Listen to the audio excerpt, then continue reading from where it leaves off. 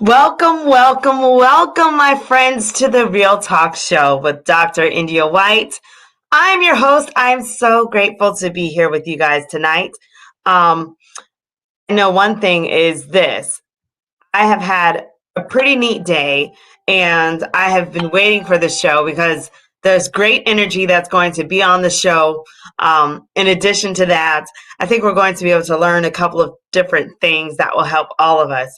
I'm super excited to bring on our guest who will be with us momentarily. But before I bring on our guest, I wanted to let you guys know about my day and a little bit about how it went. So, one thing I had to do today is, I was in traffic. I was down in Tampa Bay, and welcome. Thanks for joining, guys.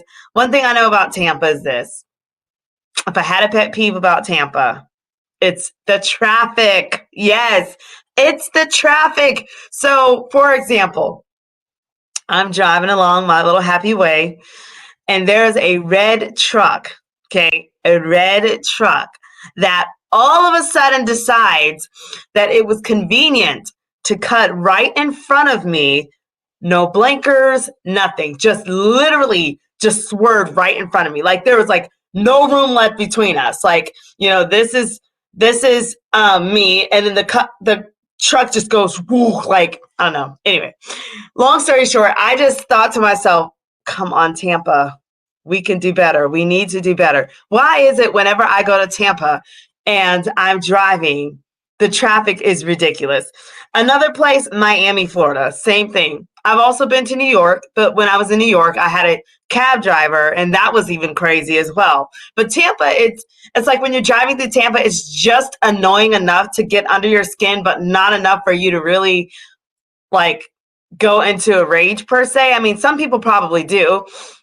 Speaking of rage, we're going to be talking about anger management and things like that. We do have an expert on our show today, but I wanted to share that a little bit with you because I had a moment and I had to decide to not react, but to respond professionally. So I was able to just kind of brush it off and say, it's okay, India. You're in Tampa. You're in Tampa. This is expected in Tampa. No apologies. They're going to do what they want to do. And I love Tampa. Believe me, I do.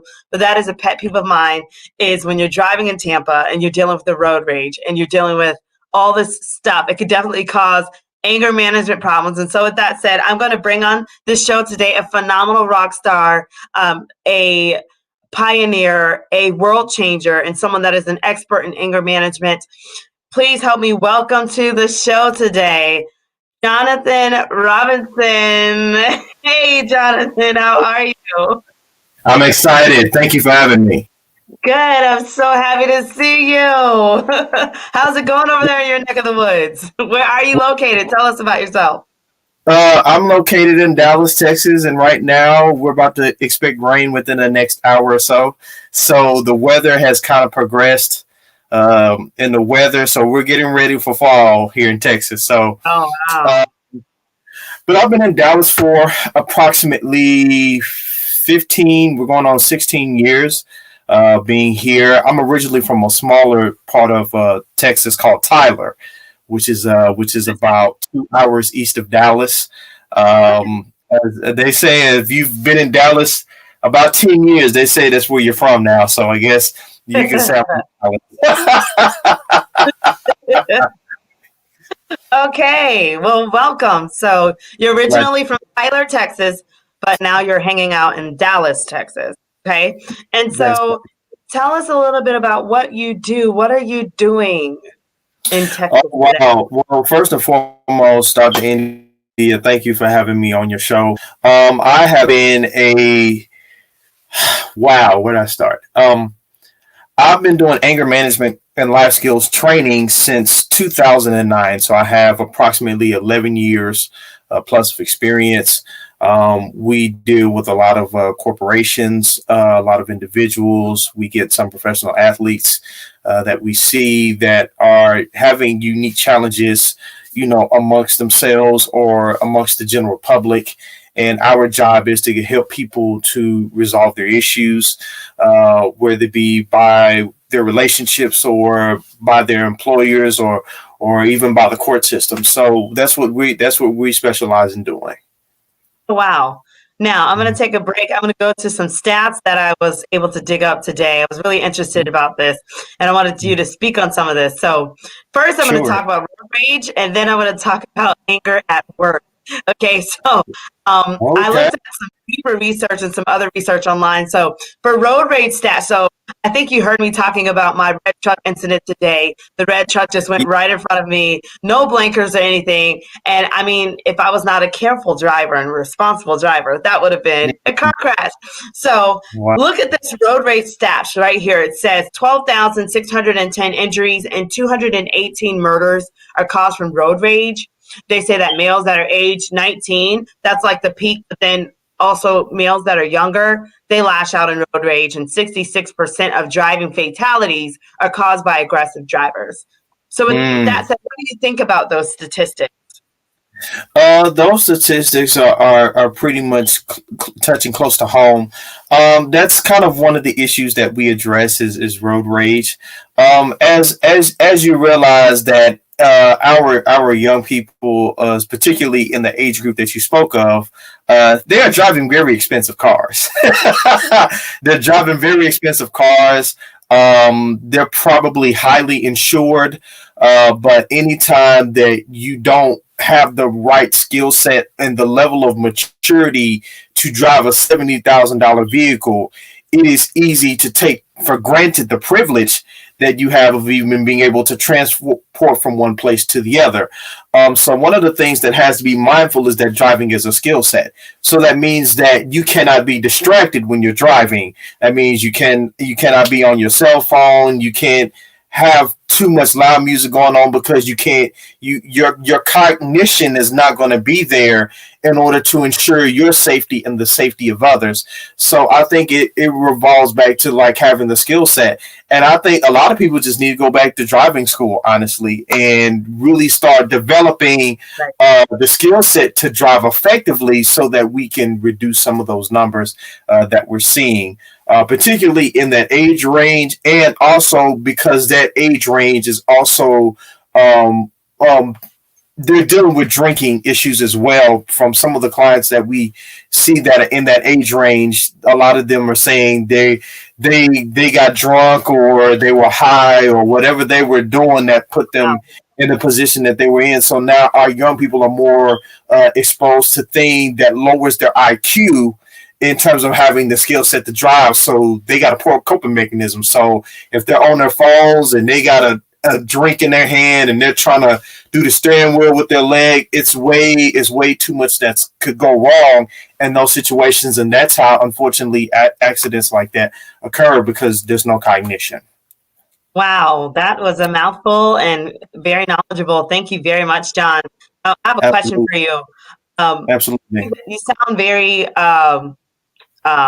competent in what you're talking about. How long have you been doing this from? And tell us about your studies. Where did you go to school? How did your journey begin?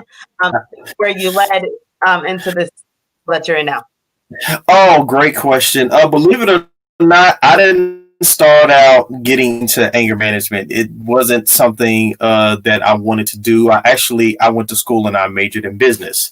I am a English minor and I am also an accounting minor. So go figure. Who would have thought I would end up in something like that? So I worked with human resources for a number of years. And as I got into human resources, I became very unsatisfied because human resources didn't seem to care about their people and ensuring that there was a healthy work environment. And me being a part of that, and I'm having to go in and mediate to say, hey, you got unhappy employees here. What can we do to make their lives better so that they can be more productive on the job? And sometimes you take on those stressors because now you have their caseloads that go home with you. And so I was doing a lot of that. And then I just decided to start volunteering with my father because the anger management practice belonged to my father. So I started volunteering, and I was just answering phones because I figured if I was going to be able to really help people, I need to have a skill set of some sort and make myself more valuable. So I started with answering the phones.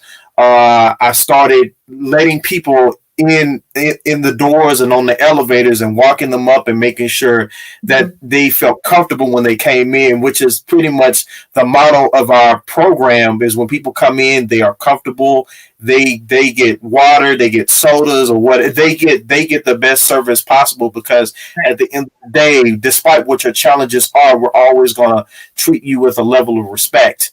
And so that's what has given us our credibility literally over the past 17 years of Greater Dallas Life Skills being in existence. It's A+ rating. We've literally maintained it for 17 years because we really have taken pride in handling our people a certain way.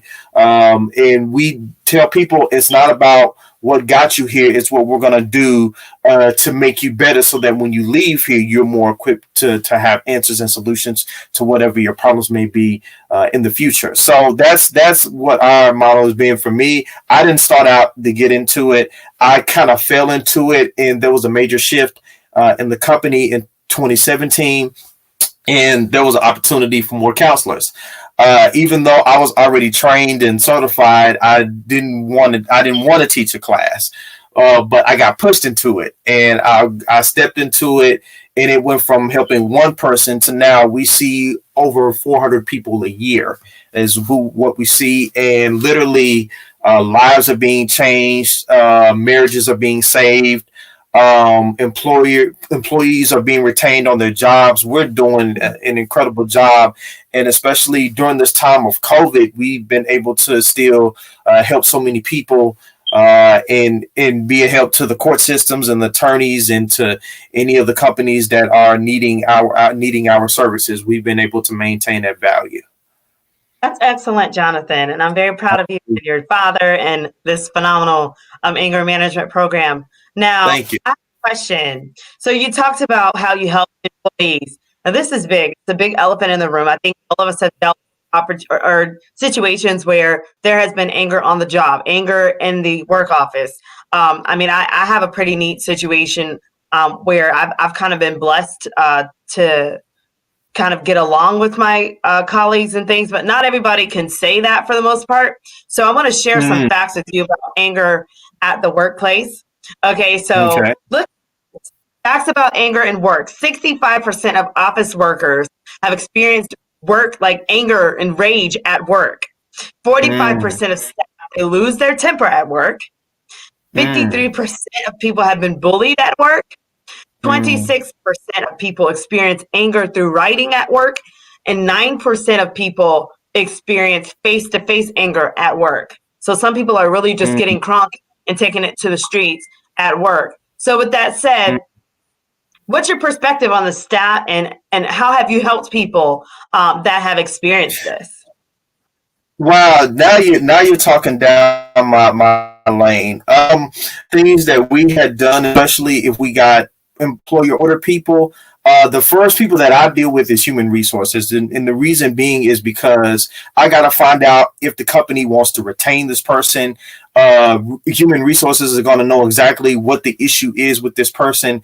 And then I can determine and assess whether or not this person can get the help that we can provide, or we're going to have to provide some things over the long haul that's going to be put in place that's going to put this person back healthy again so that they're functioning in the work environment. But a lot of it has to do with number one, having a safe working environment, which means that in the workplace you have to be able to foster some level of relationships. Now, I understand you're going to have some people that you just don't get along with, but they're on your team, and the reality is you have to work with them. So that means that on your part, that has to be some flexibility. That doesn't mean you have to go to lunch with them, but at some point you got to communicate with them and let them know that your sole purpose is that we're all trying to produce something here on this job, and it's our job to make sure that we do whatever it takes, even if we have to set our differences aside to do that. And a lot of the times it's usually the person that is over somebody that has an issue with somebody underneath them, and they want that person's job so bad. And so normally I make the recommendation to get both people in the classes, because both people have their own personal issues, and work just happens to be one of the places where their issues are deeply rooted. Everything else it just manifests into other places and it spreads. But you're only going to function as well as you do on your job the way you do at home. So if you run your household like you do when you're at work, you got a poor skill set. We got to help you with that. If not, you're not going to be able to retain that job for very long. And as somebody that works in human resources, they got to say, well, we're going to have to let you go. And there's nothing you can do. There's absolutely nothing you can do about that if they decide to let you go. So I think you have to kind of know what your work environment is. Even if you're not going to establish relationships with the people that you work with, understand that they are on your team. Know that you do have to work with them. You got to have that level of respect, because that, if not, that's going to breed contempt. And that's the last thing that you want, is your differences in a way of accomplishing what this company is supposed to be doing. So we address things of that nature, and then understanding that they got to be able to just work on their skill set. If I get people out of, if there are people that like to, text, no, do a phone call. I've even had to tell companies that have an open door policy that if you have an issue, somebody should be able to go to somebody that's above them in rank and say, hey, we have an issue here, and we're not getting along. How do we resolve it? That's some of the things that we've been able to implement with some of the employers that were sent to us, is to do some minor adjustments in how they function on the job, how they get along with everybody, but also establishing that open door with the person that's in rank and saying, hey, if you have an issue, be open to hear them out, be open to have some solutions. And even if they have some suggestions about the company and you're not going to take them, at least say, respect that they have ideas, gender the trust, because you never know how valuable those ideas are going to be later on. So those are the kinds of results that we like to see in the workplace. Wow. So while you were talking, I was thinking about different types of leadership. There's like the laissez-faire leadership. That's the leader that's just like really laxed. I love that leadership style. I had a phenomenal principal that had that type of style where he was not very domineering and was not like a micromanager, very trustworthy. He's one of the best leaders I've ever worked for. I love the guy. He's a great guy. And then you've got the top-down micromanager that checks every email every 30 seconds, and there's no trust, and you feel like you're in the army, and it's like a drill sergeant, and report to work at 5 a.m. And you're working out of anxiety, and you can't sleep because you feel like any moment they're gonna just lose it. I've had situations of rage. Where it was top-down leadership, and the person just snapped out on us, and we had to sit there and take it and take their orders. Not where I'm at, currently, but I'm saying like in my previous days, I've experienced these different types of leadership. So I know people watching here are probably like, yeah, me too. So yeah, I would like for you to speak on the two different types of leadership and the trouble that you may have been able to help people with that have dealt with either micromanagers that have anger issues and they're like targeting certain people because they want them out. And also the other type of leadership where, it might be laissez-faire, but there's a passive aggression and they don't really care. And so I want you to speak on like those two different types of leadership and the anger that might occur for people, and how have your services helped people in the workplace as they dealt with these opposite types of leadership? Oh, they're definitely complete polar opposites, of course. One of the things that we've done is, especially with the micromanagers, we realize that their skill set has been micromanaging because that's what they more than likely went to school for. That's what they have a mindset of, that's what's built this company. So they have things a certain way, but what we do is we dispel the myth that just because things are a certain way then doesn't mean that things have to be that way now. Things can evolve, things can change, and sometimes you have to be able to reinvent yourself and get with the times and be able to really find out currently what's going on with your work environment. So sometimes the people that we see have outdated work models, and it's ineffective for the workplace and the people who are there that have literally gone to school for this, and they've done well and succeeded at it. But their problem is that the work environment doesn't make it possible for people to be able to either work independently or be able to feel like that they have a cohesive unit to even work with from the jump. So those are one of the obstacles that we learn to work past. And then with the people who are very relaxed, we get them to step up their leadership ability by saying, hey, these people are on your team and they're counting on you. If you don't step up and do their part, then not only do you suffer, but the company suffers. And then it goes back to finding out, do you even really want to be here? Sometimes people are on jobs that they don't want to be on. Sometimes people are just flat out in the wrong profession. I had a gentleman, and this is just a quick story. I had a gentleman that worked in the oil field. He worked in the oil field for almost 26 years. He's been doing it for a very long time. He did it straight out of high school, and he ended up managing 35 oil rigs. Anybody know how to manage 35 oil rigs? You are really good at what you do. But he incurred so much stress trying to manage people on the job that basically had questions every 5 minutes.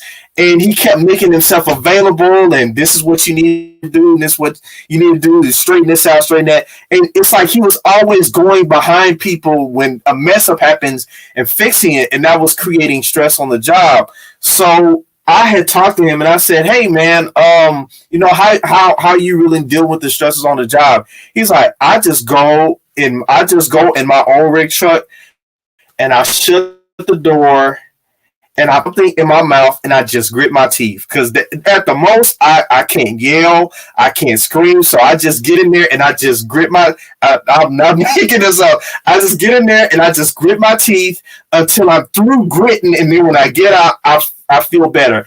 And then I said, okay, you may feel better, but it's not going to make you well, because at the end of the day, you're still going to have somebody that's going to come to you and they're going to have another issue or a similar issue that you just got through dealing with. So what you may want to do is duplicate yourself. So one of my solutions was duplicate yourself. If you have people that have worked with you on the job that already know your style of management, that has already worked with you, create a synergy and send those people to handle those issues. Every time something blows up, they're not calling you. It's like, okay, I already sent James down there. James should be able to handle it. That's what I trained him for. Well, it's just simple things, and that just reduced the stress. And then one day he came in the classes and said, I've been doing this for a long time, and now I've decided to retire. Now, I've decided to retire. And he said, man, I've always wanted to have a custom car shop. I've always wanted to do that, but I just have never found the time because I'm always sitting in a rig in Midland, Odessa somewhere, or somewhere in Arizona, or somewhere in the boonies or something like that. I'm always just in the oil field, and when I get home, all I want to do is just go work on a car. And so he literally retired in January. And he sold all of his shares to the oil company. He took the money that he made from the oil shares and he bought his custom shop. And that's all he does now is design custom cars. He's like, that's the happiest I've ever been. So sometimes it's just a matter of you spend enough time with the people who come in the classes, you'll find out what people's needs are, but you have to be very sensitive to the need and finding out what the skill set is, find out what the real problem is, and not just the stuff that exists on the surface, but the stuff that is rooted, that's problematic. And there we can address that and help them, and they can walk themselves out of their issues. And guess what? We walk away, we've done our job, and we just seen a healthy person, that's now ain't no telling what kind of impact he's gonna have on people when he leaves. So that's what we've been able to do on both sides of the spectrum. Yeah. That's excellent. That's excellent, Jonathan. I'm glad you shared that story. And I think even this guy's persistence to deal with the stuff that he was dealing with and to not allow it to Yeah. get to him, it speaks volumes of his character and his resilience and his self-esteem or his self-control. And some people are lacking that, and that's why they burst out in rage, whatever. And you'll have people that you have the button pushers also. And I'm sure that you've dealt with that. People that are button pushers and they just intentionally, want to wreak havoc for other people. And so maybe you could speak on the button pushers or those that are, passively aggressive or those that are in your face with aggression. And what do you do for those colleagues and those professionals? And when you deal with them, the first thing I tell them to do is don't make yourself an expert around that person, because they're always going to minimize you. I don't care around that person. It doesn't matter how much you know. At the end of the day, they feel like you're there to assist and work with them and their expertise and their belief system in terms of their own position in that company gives them the authority and the leeway to decide when and what and how things happen. So you realize when you work with somebody like that, you learn to work with them, not to work against the grain, because you already got that person anti-you by the fact that you already have to work with them, and they probably already have a third sense that you don't like them. It's gonna be there's no really getting around that. So the best way to make it very easy is just to work with the program. Don't interject yourself, because right now they are nobody's ally. They're only at that job because that's what they're paid to do. That's what they're there for. And anything that gets in the way of that job, they don't care if it's their grandmother. They're gonna push their grandmother in front of the truck if it means it's going give them the opportunity to keep their job. So those people you cannot build relationships with. So the best thing to do is to not make yourself an expert around them. Keep your communication to a very short extent. Don't emotionally engage. Don't mentally wrestle with them, because they're in it for distance and irritation. They're in it to be right, and they only have their perspective. And only when they have enough challenges in their life that they're faced with that causes them to ask questions about where they currently are, that's the only time that they can really get help.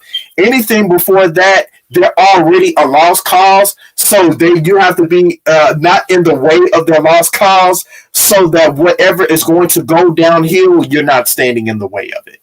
Wow. What about people that are, what do you think about having a healthy sense of competition versus maybe not so healthy competition? I bring this up because I remember I went for a particular position in my former years, and many years ago, and I went against this particular person and I got the position, they did not. And this guy, he was very competitive, and I was, unbeknownst to me, he became very aggressive and passive aggression and trying to, kind of work his way through the company at that time to try to just kind of undo any good that I could do as a person, as a part of the team. Does that make sense? So what do you say for people out there that might have that same type of situation, that they're dealing with people that are, competitors, and they meet you at the brink, and, it is what it is, and now you've got to kind of deal with that situation? Oh, great question. One of the things that is very important is if you're in a environment that is always striving for people to be successful or the best.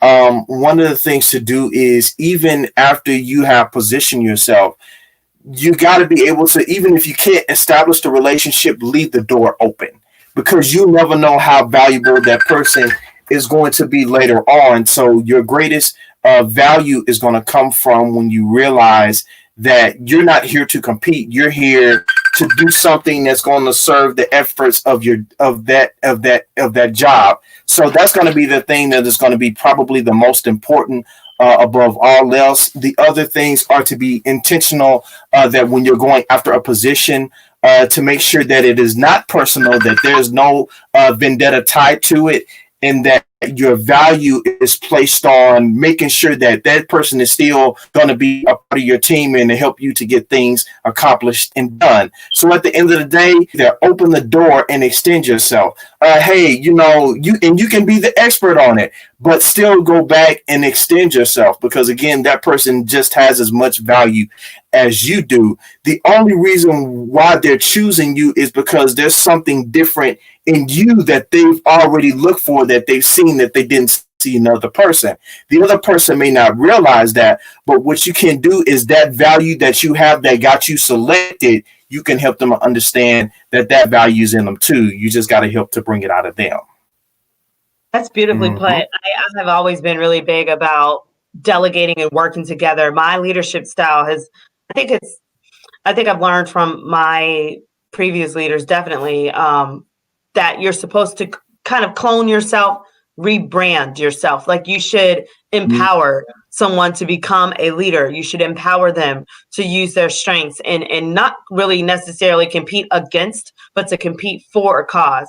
And I think that, when people understand that, that's really going to really put anger in check on the work, and the work office, because they'll understand I have no reason to be angry. I mean, we're all in this for the same thing. Like, and my motto too is, like, if you see someone on your job that's as excellent as you, eagles soar together. So you should not feel, any type of way because they're phenomenal and you're phenomenal. Okay, be phenomenal together. Like, I understand where that comes from, where people feel like, oh, I can only be the main leader, I can only be the one coming here with the talent and with the expertise. It's like, no, many of us are all created with some type of expertise, excellence, and we have to respect the lane that they are in and respect the lane that we're in and learn how to merge those lanes so that we can build something really phenomenal together.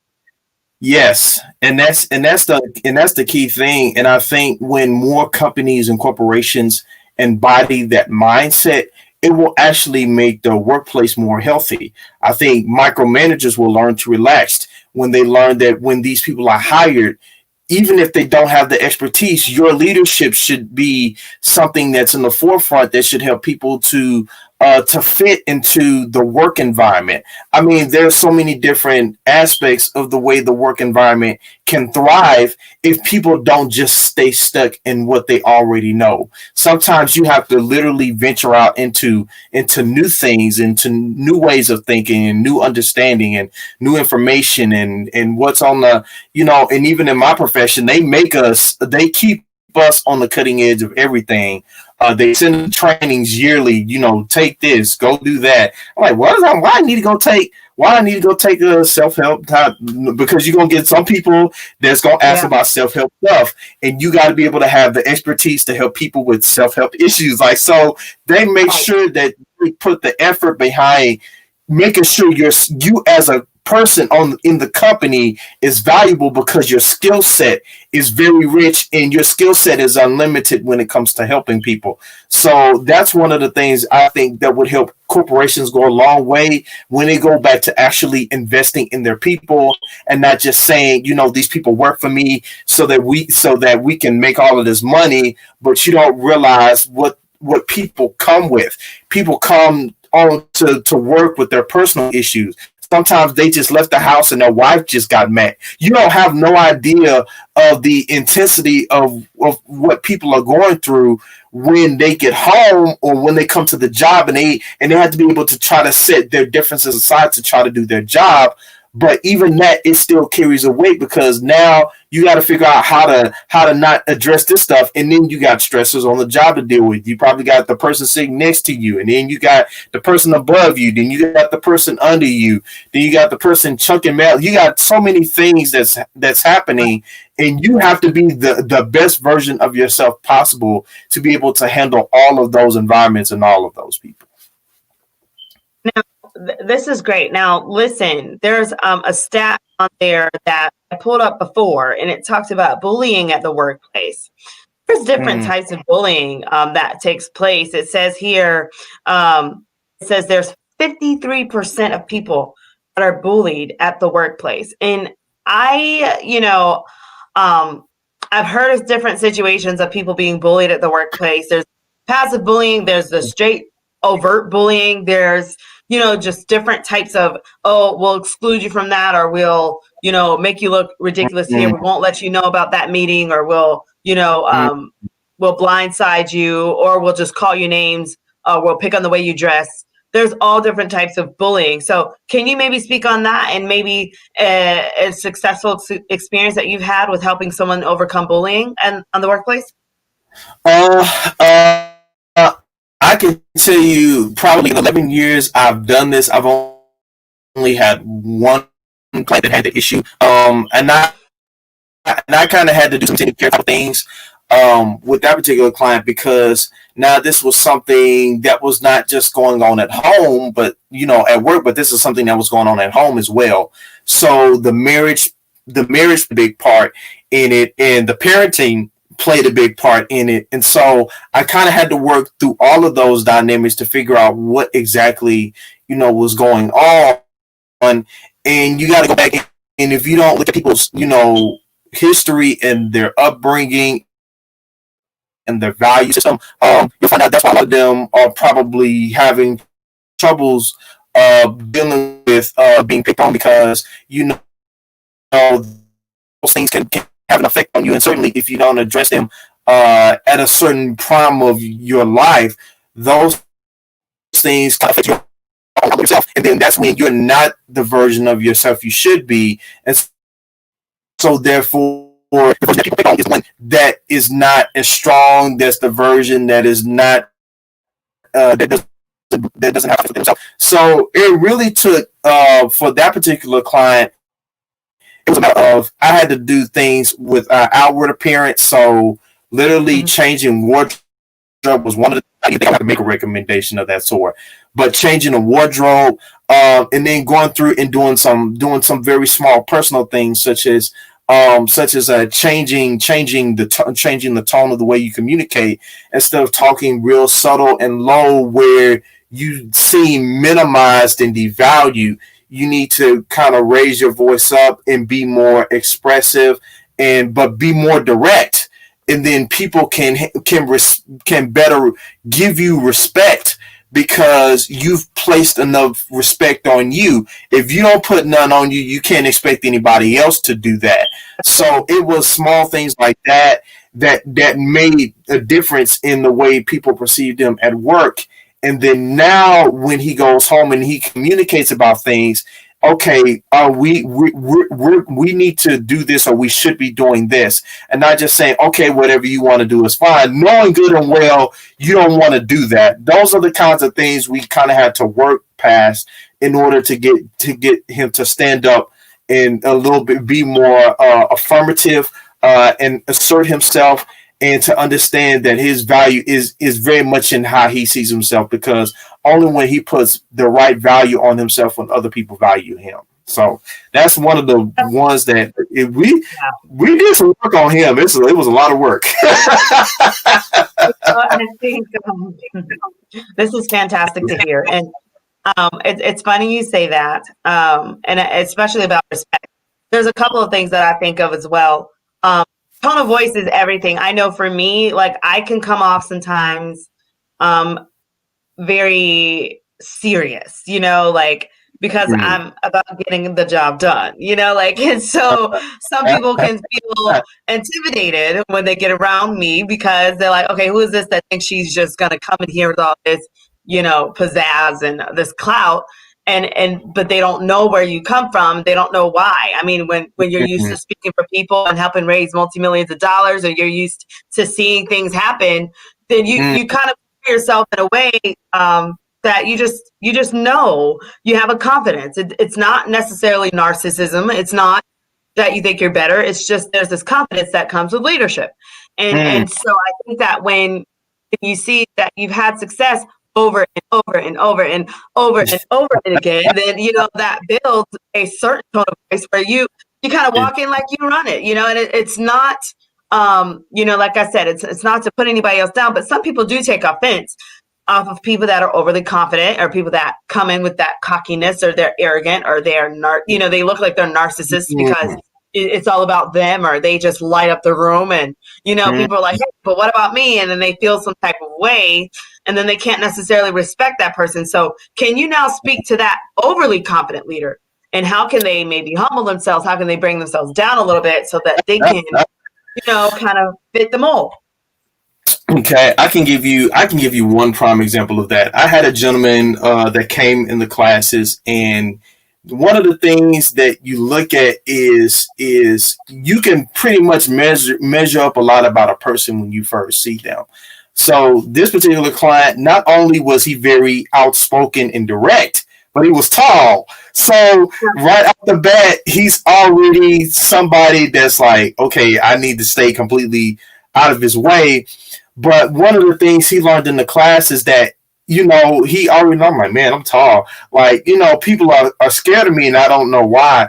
And then I said, sometimes you have to find a way to get on the level of the people that you're trying to reach to. So one of the things that he would do is if he knew that there was a person that was very short, that he almost looked over the top of their head, he literally would say, can we have a seat? It's very, very simple things of that nature that is not diminishing his height, but it's saying, hey, I'm willing to communicate with you on your level, and I don't have to stand up over you to do that. So there are some very unique things that can be done, particularly for a person that has the leadership quality. I think one thing you have is the leadership quality. So the best thing to do is not to just be a leader, help lead. Give people the skill set that you have that got you the qualities that's and giving you the value that has made your skill set mean a lot to the workplace. The difference between you and everyone else is going to be your leadership anyway. But the great person that's going to really lead is the person who's willing to lend their skill set to help develop other leaders. At the end of the day, that's really what it's about. If you don't ever see yourself duplicating yourself, you're not doing any service to anything that you're doing. You definitely want to duplicate yourself, especially by doing that. You have just increased your value overall, and now there's no telling how much that value is going to go into other places. Even before you get there, your value is going to speak for you because of the way that you have duplicated yourself and the way that you have given people the skill sets that have made you successful at doing what you do. So I think those are probably the two most prominent things that will help is if you have that, be willing to lend people your skill set. We come from a generation now where kids ask, I want to know what you know. It's not to know more than you, but they want to know if you're that successful.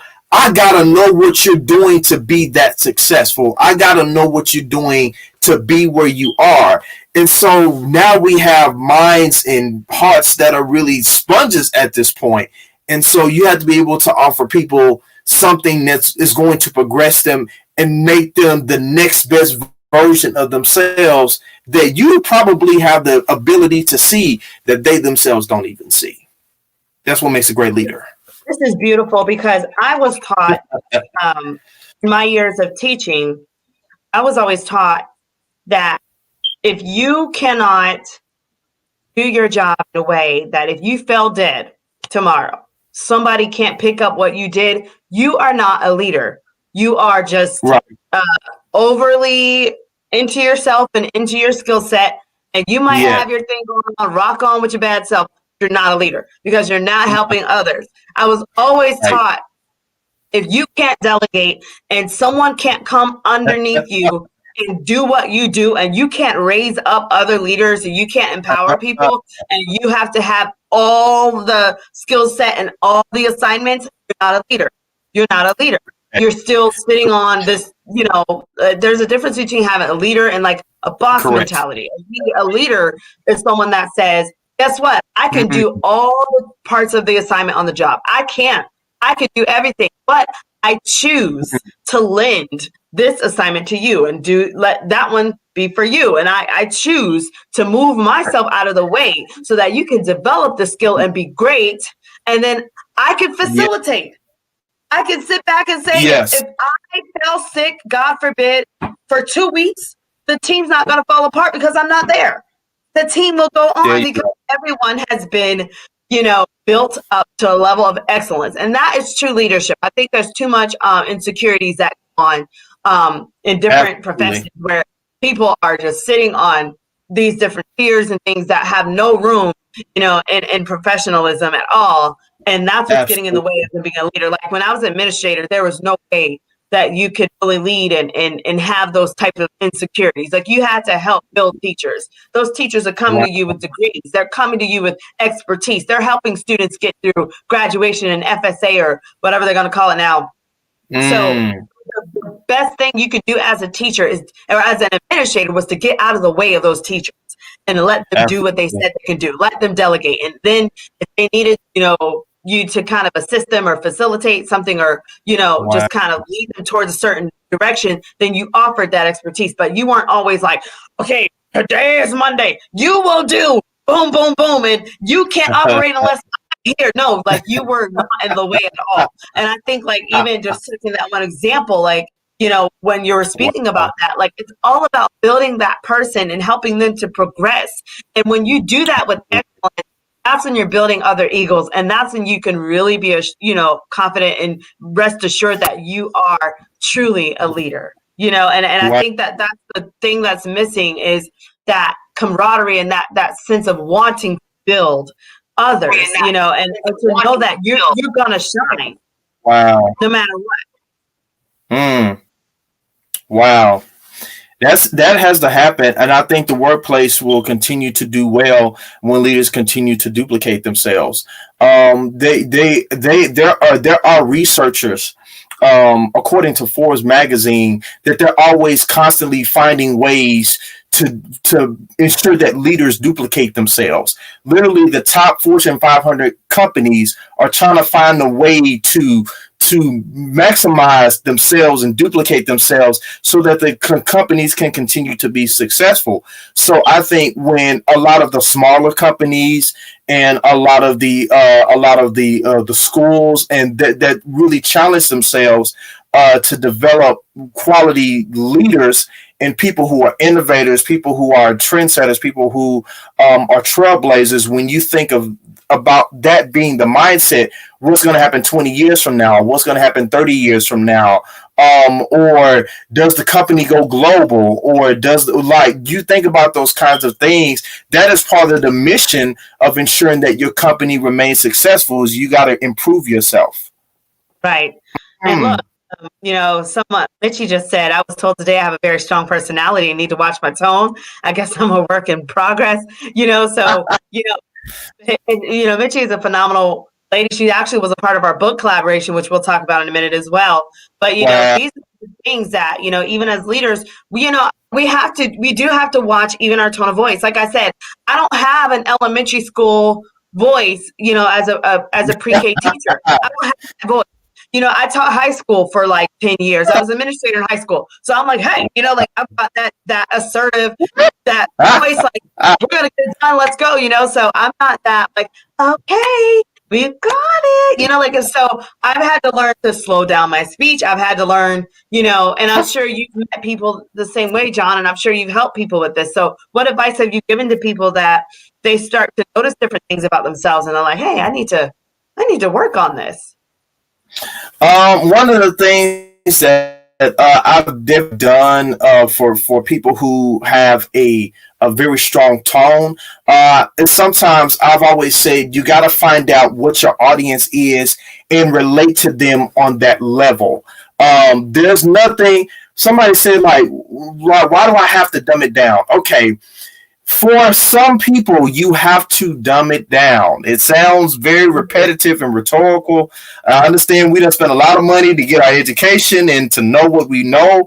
But for people who don't know, you literally have to dumb it down, because if you're going to reach people, you have to either give them something that either makes them reach up for it, or it's got to be something that's going to reach for them. It's got to be one of them. And if it doesn't reach for them or they don't reach up and grab it, they're going to miss it. So that's one of the things that can happen there that can help.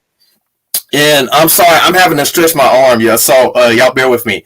The other part is that they must work on not just changing your tone, but also changing the direct kind of communication. In other words, instead of being able to talk long sentences aggressively, do them very short, cut and dry, because people are going to receive you better when it's this.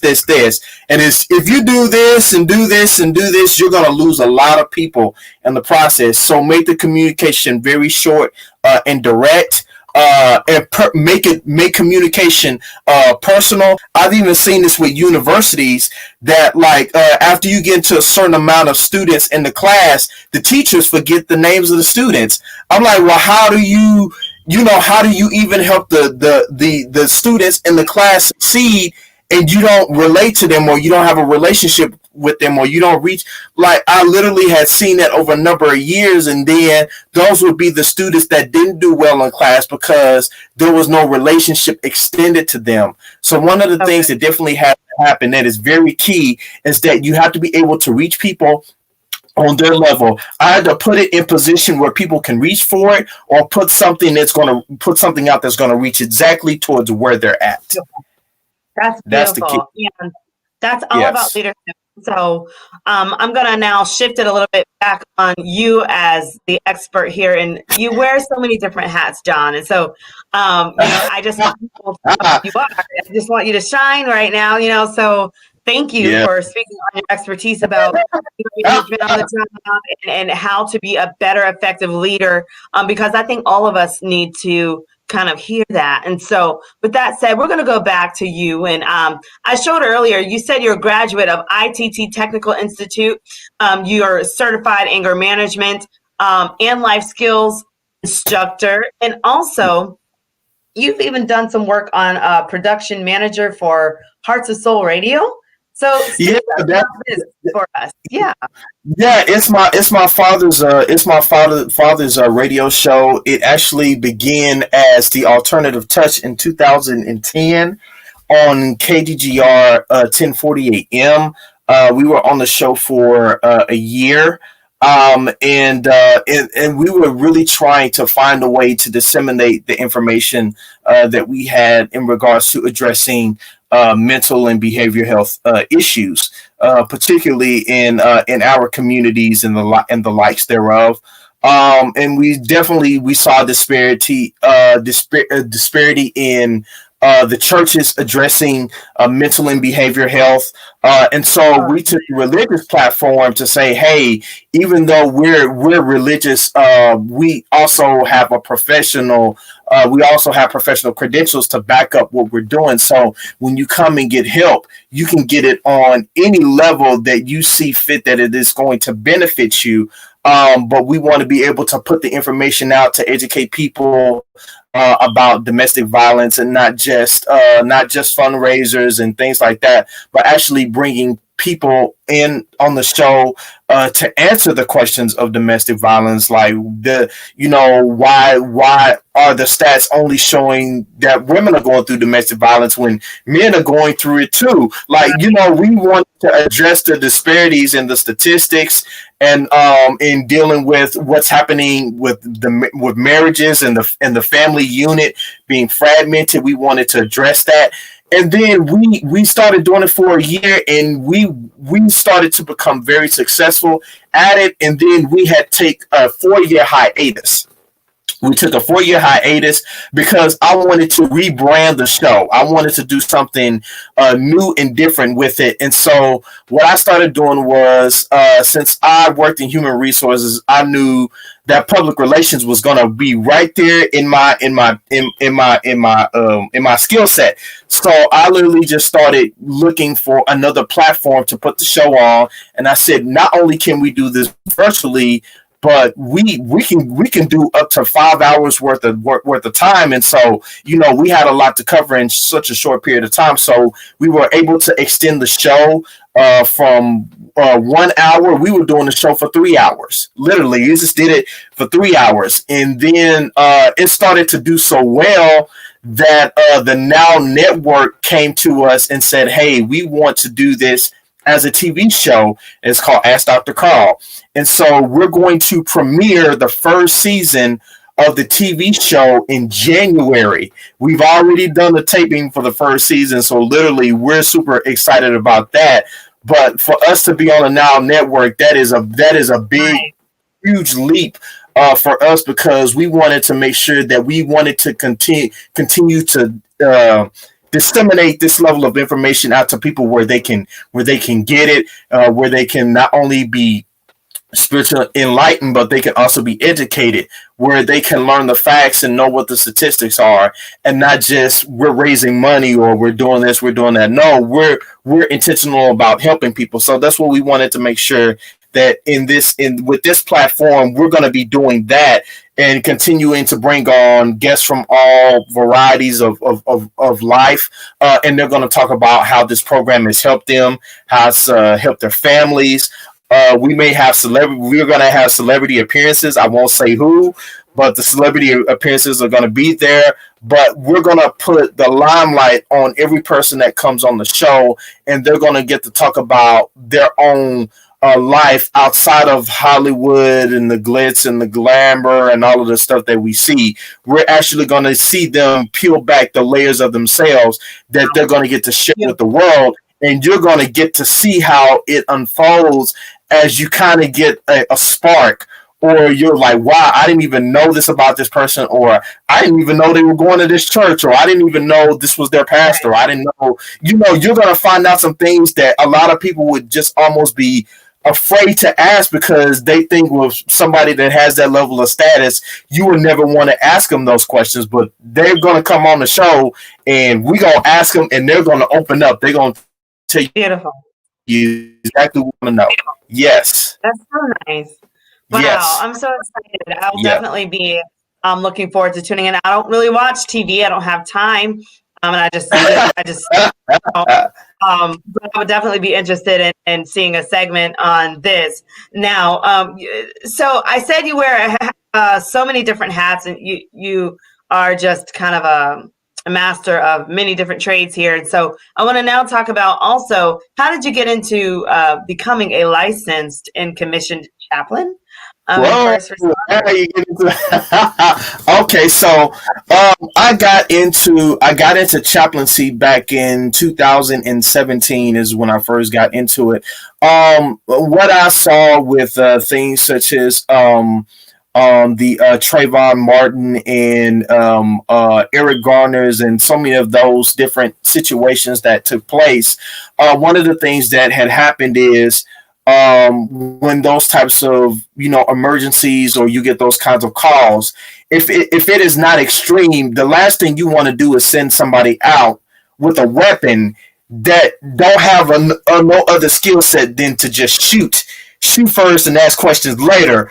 So what I started doing was I started to just volunteer, that anytime there was like a car accident and there was no law enforcement present, I literally would stay on the scene until law enforcement showed up, or until somebody was there to help, until EMT was there. And so I really made myself valuable in that vein, and I did that for a year before I was even a chaplain good. I was just doing it to get my skill set prepared, because I was really going to take this seriously. And so I went from doing that to eventually being able to go on corporations where there are people that need to be talked down from suicide, or someone going through depression, or different things like that. So I really started to make myself valuable, knowing I had one skill set that was going to take me so many different places, and it opened up a lot of doors for me. And with me already being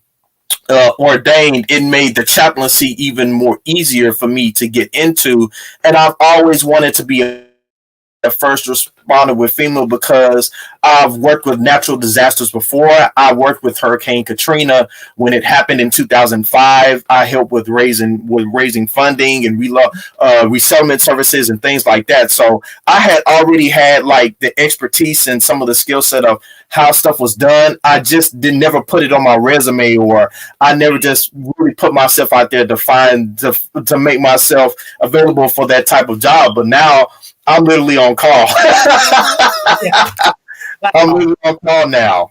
You have mastered the concept of grit and just amazing accomplishments. I mean, I see here also you were a student at Southern Methodist University. Southern Methodist University, yes. I'm still a student there. Believe it or not, I am scheduled to finish in 2022. I am actually finishing up my degree in mass communications because I want to go back. I want to go back into corporate America, but I want to go back on my terms. I want to go back and I want to work with human resource. I want to work with human resources, not necessarily for human resources, if that makes sense. So I want to do something that would allow me to maintain the skill set that I have now, but I don't have to be stuck in a corner office necessarily all the time to do it. I have an office if I need it, but I really want to just be there to offer any level of insight to help people in any capacity that I possibly can. That's so amazing. And then I know I'm reading your bio. You just have so many aspirations. I was just so impressed. So you're going to be a future Harvard master student. Yes, I've already applied and I've already been accepted. So it's just a matter of when I finish from SMU, that's my next jump. The reason why Harvard was it's very scary, but it's exciting and I love it, and I love a challenge. So one of the things that I thought was important to me was Harvard was the school that I originally wanted to go to, but during my time in high school, because I had moved so much, my GPA was not going to get me into wasn't going to get me into Harvard. There's just no way. So I figured, let me get into college and let me prove myself. Let me prove my value. Let me get some degrees up under my belt so that they can look at me a little bit differently. Cause I knew my skill set was valuable, but I needed to put the education behind it to fortify it. And so now I'm literally coming into Harvard 3 degrees in already. 3 degrees in, that's probably more than most people have on that campus. I'm coming in 3 strong, so there's no way you can tell me, like, no, we don't need somebody like that here. No, you want somebody like me at that school, especially if they're going to do something that is going to put value on people to help them to either improve their performance or to help them to better build relationships or be better communicators. So my skill set is going to be valuable on that campus. Not because I want the degree there, but because I believe I may be sent there to help somebody. Wow. And the thing is, it just seems like I just love that you have so much grit and you just don't know when to stop. I think this is beautiful. I mean, I'm kind of burned out with school right now. I got to take a break. You did it to me, okay? I was like, okay, I'm going to take a break right now. I'll see y'all later. And I usually, I'm go getter. I'll go. I'll be working on a 4th degree, but I just, so I commend you for being able to go back. And I root you on 100%. Right there cheering you on the sidelines. And not only are you a student, you also are an author. So I want you to first talk about your book, and then you can talk about the book project that we were able to be a part of together. Wow. Well, first and foremost, again, I want to say thank you for allowing me to be a part of the collaboration. It's I've imagined that from the people who have come on to share their stories, how much of an impact they're going to make. I didn't start out initially to write a book. I think the book came along at a time where I think I needed to vent. And the book gave me a space to vent and to go back and to revisit some very high and low points in my own personal and professional life, and then going in such a way that when I wrote about it, I answered it. I talked about exactly what the problem was, and I answered it. Like, this is what happened, but this is what I did about it. And so that's kind of what I did with both books. Is I wanted to be able not only to tell and talk about what happened, but I actually want to tell you what I did to fix it. That I didn't just leave it unresolved or unsettled. That when it was all said and done, when I was finished writing the book, I didn't never have to come back and ask for closure, because while I was writing the book, I was getting closure, literally. Beautiful. So that's how the two books have came about. The third one is kind of like the pet peeve of my profession, because probably in the last 2 years, I've probably seen more married couples than I have wanted to see.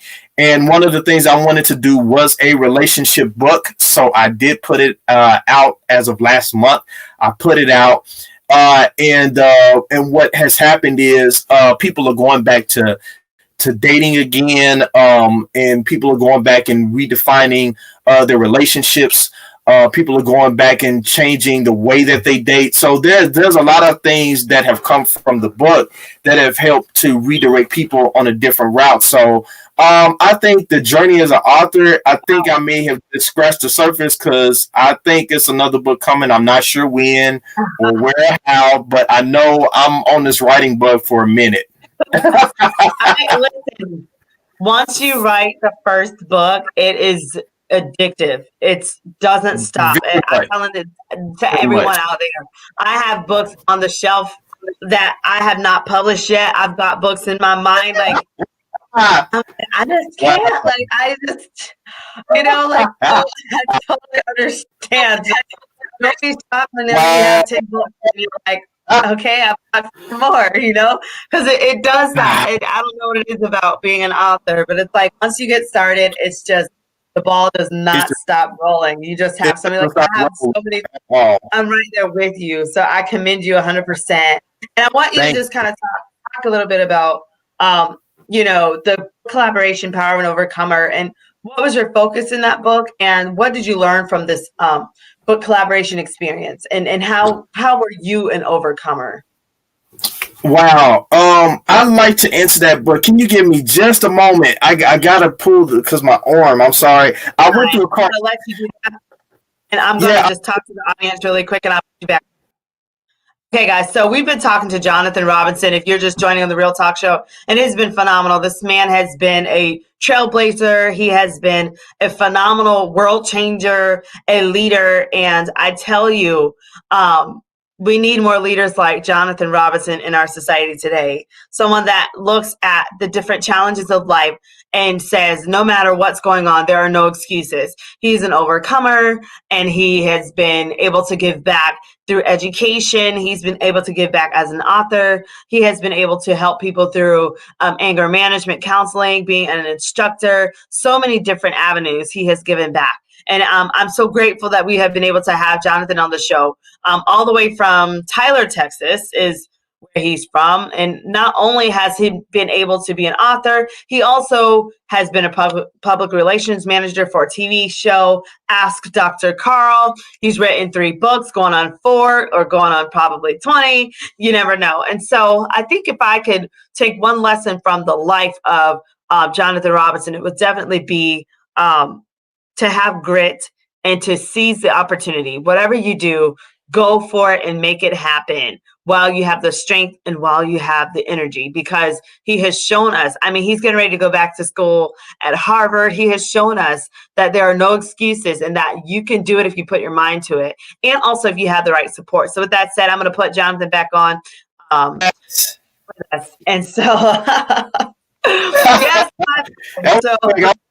I'm sorry, audience. One of the things that's been really important this year, and I'm glad you talked about, road rage. I went through, and I was in a car accident in 2011 because of a road rage driver. So for people who don't understand how serious this really is, I want you to know it's more serious than you can realize, because someone's health is affected by it, and you don't know or have any idea what you can imagine a person has to go through to ensure that they try to continue to live a quality of life, even though they're in a lot of pain. It's some stuff that medically you can't fix all of it. There's some things like you don't know how much damage has been done. So because of it, my shoulders were completely blown out of whack. And now if I don't stretch my arm for a long period of time, then I start having inflammation of nerves. And so it's a very serious thing. So people have to learn to be very careful on the highways, especially if you're going to get out amongst a lot of people and there's traffic and you're not aware and there's no cognition. Like, if you don't have it, don't get out and drive. If you know you got a lot of stuff going on with you emotionally, mentally, don't get out and say, oh, I'm just going to take a drive. That's putting your cognition at risk. Don't do that. It's better to just stay at home and face what's going on, or you got to figure out another solution to cope with but getting out and doing something that's going to put your skill set at a limit and knowing that's going to affect somebody else is not a good idea. That's so beautifully said, Jonathan. And thank you for sharing that. Absolutely. It's obvious that you're an overcomer. And I think that, you talked about being an overcomer. What do you think was the main message that people will take away from your story once they purchase your book on the power of an overcomer? It's amazing, because I still don't even see it as my book, which why I was so glad to do it. I don't see it as my book. I only see that a story is having a piece or an effect on somebody's life. And I see it as a very small piece and a very small part that is going to affect somebody's life. And I believe that being able to overcome something is being able to have the desire, the ability, the will, the tenacity, the know-how to be able to look at any adversity, no matter how small seems to you or no matter how great it seems to you, that you have enough in you to answer to it. Now, how you decide to answer to it is really the key. How you answer to it is the key. Now, you can answer to it, but you have to choose how you answer. So I believe, if anything, being an overcomer is about determining how you answer to what is going on around you, or what's going on within you, or what's going on with things that are connected to you. It's your how. That's what I believe. That is beautifully said. I'm going to post that so people can see that. I've never heard it like that before, and it's so true. And so, with that said, Jonathan, we're going to start wrapping up the show. Thank you so much for being on the Real Talk Show with Dr. India White. How can we contact you for people that are wanting to reach you later on, and they might want to get some anger management or counseling services? They might want to write a book with you. They might want to be on your radio show or on your talk show, or they might need your chaplain services. Well, I appreciate it. You can find the services at greaterdallasLifeSkills.com.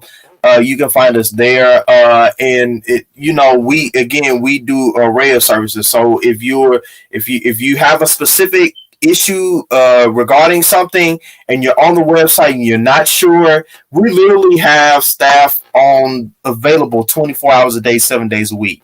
So it don't matter if you're on this side of the planet or the next side of the planet or over here or in Timbuktu. We got somebody that is going to be up to answer your questions in regards to the program. In regards to chaplaincy, you can just reach out to me on Facebook directly. I do officiate weddings and things of that nature. I've done funerals and I am available for that as well. I've done chaplain work with a couple of companies already, currently working with 2 of them. So I'm pretty much on hand to help with any of the employees that may have problems on the job or personal issues. They have somebody that they can talk to in confidence that's going to be able to help them. So you can literally reach out to me on my Facebook at Jonathan Frederick Robinson. there, and in regards to the book collaborations, please definitely support Indy in this, because she picked some very prime people to do this with, and I know in a collaboration process, it's got to be a right spirit in it, and that's so key for that. And so when people are coming together to do something that's going to impact the lives of people, trust me, it is a God thing behind it, and you have to be able to look for how all of these people got together. So that's what I'm doing there with this particular collaboration. Now I look forward to actually doing more collaborations definitely in the near future, because I think there's so much insight out there that people can glean from what we know that's going to be able to answer to people's issues. And I do want to say one more thing, and I hope this helps somebody. I don't know even why I'm saying this. I'm here to tell you that you don't need any more motivation. I'm here to tell you you don't need any more motivation. If you think about it, we got some of the most prominent motivational speakers on the planet, and yet people are still needing motivation. So I'm here to tell you that motivation is not your problem. Motivation. we got Tony Robbins, we got Eric, we got the Pop Chop, we got some of the most prominent speakers on the planet, and we still need motivation. We don't need motivation. What we need are answers. That's what people need. People need answers. They need solutions. They need something that's going to speak and talk to exactly where they live at. You can't give people that with motivation. There's only so much of, yay, I'm excited, before I'm like, man, what am I going to do with all of this excitement? Because you got to do something with it now. It's not just, I'm pumped. You got to be able to do something with that. And doing something with that means you got to have an answer. And you have to go outside of motivation to get your answer. Beautifully put, and thank you so much, Jonathan, for sharing that information. And so, you have your Facebook information, and you said at Greater Dallas for the website. The website is www.greaterdallasLifeskills.com, and all you have to do is hit the chat button, and I guarantee you somebody is going to answer that chat button. I'm telling you, like they are around the clock people. If you really want to talk to somebody, some people like the personal feel. They want to call. You can call and speak to somebody. And you can find us literally. You can go to Google and read the reviews. You can look us up on the Better Business Bureau. You can see our ratings and where we're located and all of that, the information, and see what we're doing there. And also you can find me on Instagram at JayFred Robinson. That's JayFredRobinson. You can find me there. I'm pretty interactive there. Again, you can find me on Facebook at Jonathan Frederick Robinson, and you can just check out GreaterDallasLifeskills.com. You can check the company out, see what they're doing, check out what the services are, and we're going to assist you across the globe. And this is the perfect time because we're virtual. Literally, you can be anywhere in the world, and you can take this classes virtually online. It makes no sense. There's a reason why you can't get the help that you need. We're virtual. This is so nicely put. I didn't know if you had an email for anyone as well. Yes. Email. Your email? Yes, you can reach at signupforclass@yahoo.com. That's signupforclass@yahoo.com. And all you have to do is please put a subject on there.